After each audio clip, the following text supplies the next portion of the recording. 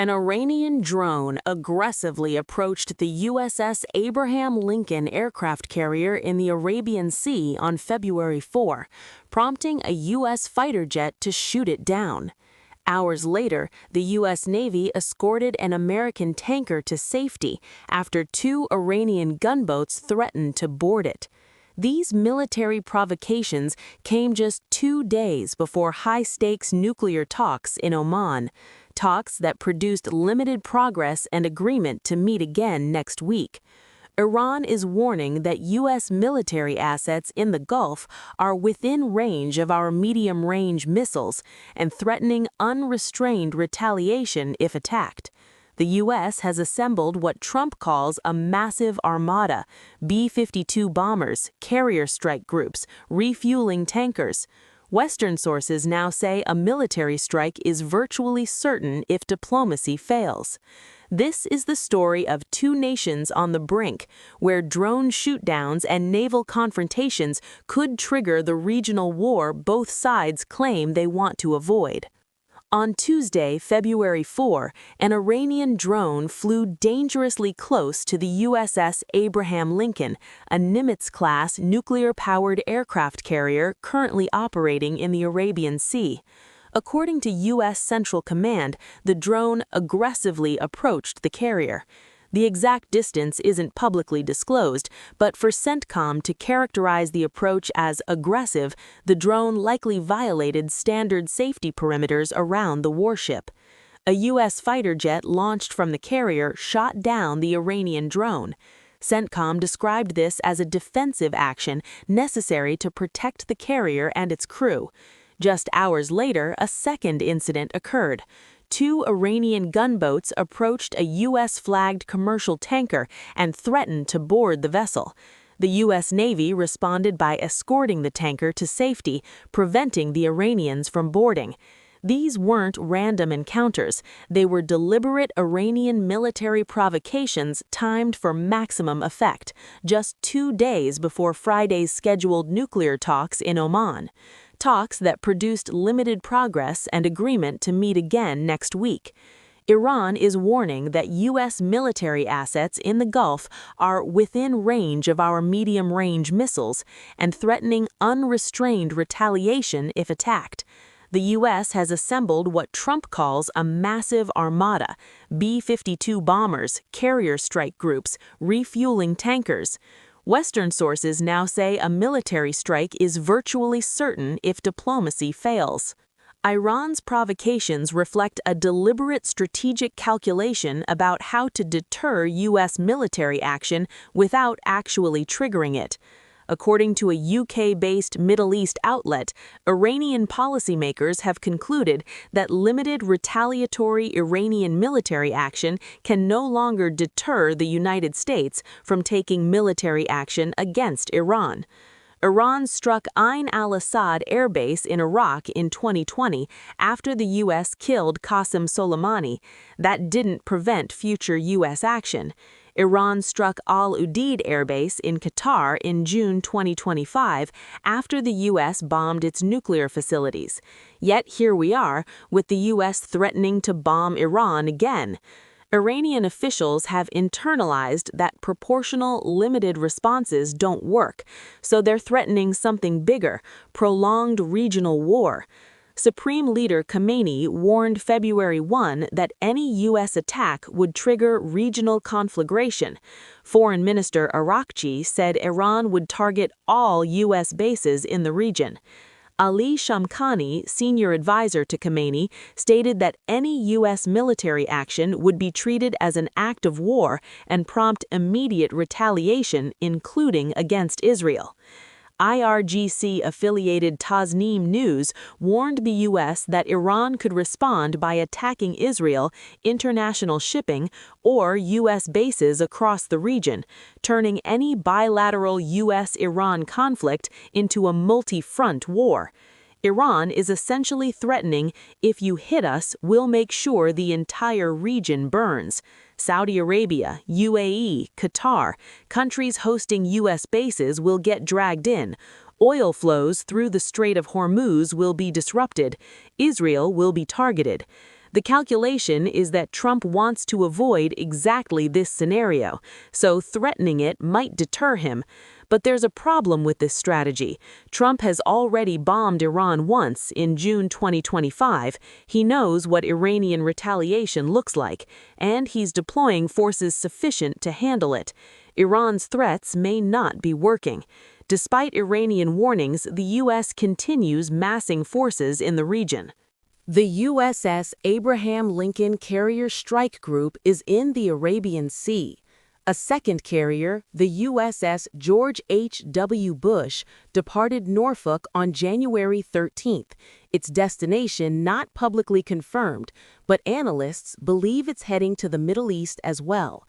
If both carriers arrive, the U.S. would have unprecedented naval striking power in the region. B-52 Stratofortress bombers capable of carrying 30,000-pound bunker-busting bombs are positioned to strike deeply buried Iranian nuclear facilities. Over 31 Air Force refueling tankers deployed eastward, essential for long-range bombing missions. F-35 and F-22 stealth fighters are in theater, ready to suppress Iranian air defenses just as they did during June's strikes. U.S. military bases across the region have improved air defenses. Al Udeid in Qatar, hit by Iranian missiles last June, has reportedly evacuated most aircraft from the tarmac as a precaution.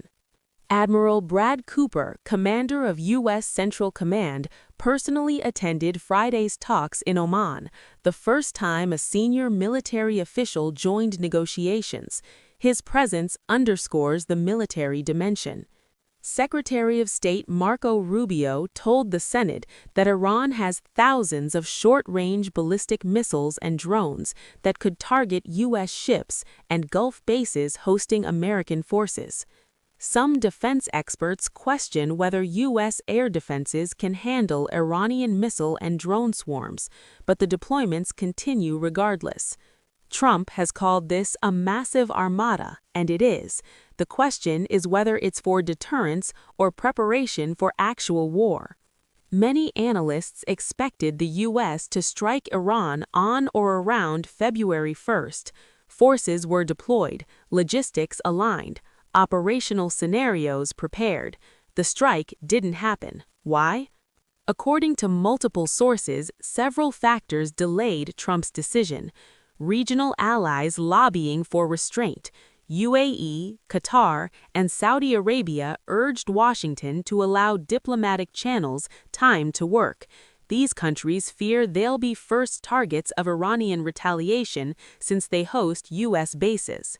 Saudi Crown Prince Mohammed bin Salman told Iran's president that Riyadh would not allow its airspace to be used for attacks on Iran. Incomplete missile defense readiness. U.S. planners view regional missile defense integration as incomplete. Launching operations before adequate protection for Israel and Gulf partners is in place could expose vulnerabilities. Diplomatic initiatives. Russia and Oman have been mediating. Friday's talks in Muscat represented fruit of these efforts. Domestic political constraints. Trump faces growing Republican concern that war with Iran could doom midterm election prospects. The demurral doesn't mean de-escalation. As one analysis put it, a U.S. demurral is not necessarily a de-escalation. Forces remain in place. Options remain on the table. The decision was postponed, not canceled. And now, with limited progress from Friday's talks and Iran continuing provocations like the drone incident, pressure is building for Trump to act. Friday's indirect talks in Oman didn't produce breakthrough. U.S. and Iranian delegations didn't meet face-to-face. Omani foreign minister shuttled between them. After talks, Trump said, "We had very good talks on Iran. Iran looks like it wants to make a deal very badly." Araghchi told Iranian media talks focused solely on nuclear issues and that Iran remains distrustful but open to continuing negotiations. Both sides agreed to meet again next week, but the core positions remain incompatible.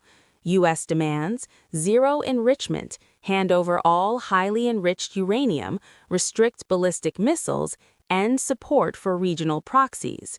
Iran offers reduce enrichment to 3.67%, accept inspections, allow international involvement in exchange for complete sanctions relief, but refuses to discuss missiles or proxies.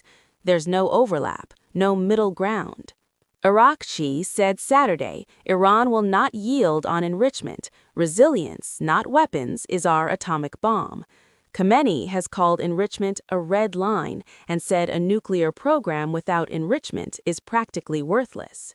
If these are genuine red lines, no deal is possible, which means military action becomes inevitable. A Western source told Iran International that a military strike on Iran is now virtually certain if diplomacy fails.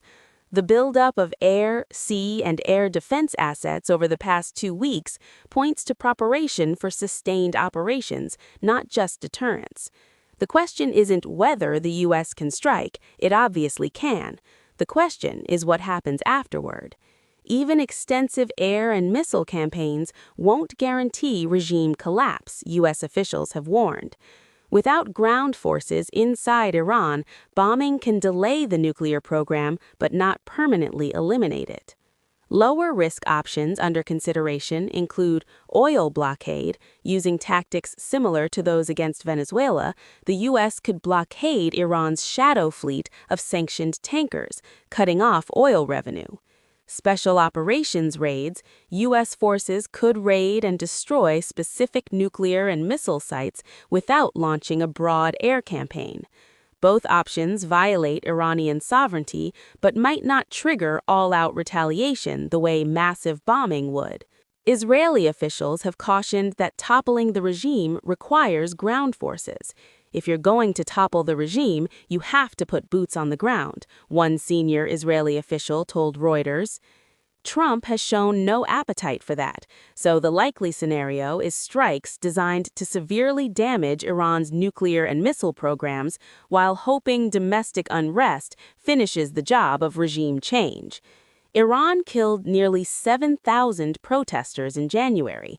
The regime is fragile. U.S. strikes could reignite protests and threaten regime survival, but they could also rally Iranians around the flag against foreign aggression. There's no certainty about the outcome. Gulf Arab states are terrified of being dragged into U.S.-Iran war. They host U.S. bases, making them automatic targets for Iranian retaliation. Their oil infrastructure is vulnerable. Their economies depend on stability. Qatar hosts Al Udeid, the largest U.S. base in the region. Iran hit it with missiles last June. Qatari officials have been lobbying intensely for restraint. UAE has pushed for diplomacy. Egypt and Oman are mediating. Even Israel, which wants Iran's nuclear program destroyed, has concerns. Israeli officials shared intelligence with the U.S., but cautions that air power alone won't produce political change. Europe is also nervous. The EU took steps toward designating the IRGC as a terrorist organization, its strongest signal yet, but EU Foreign Policy Chief Kaja Kallas warned the region doesn't need another war. Everyone sees the danger, everyone wants to avoid it, but the logic of escalation may be unstoppable.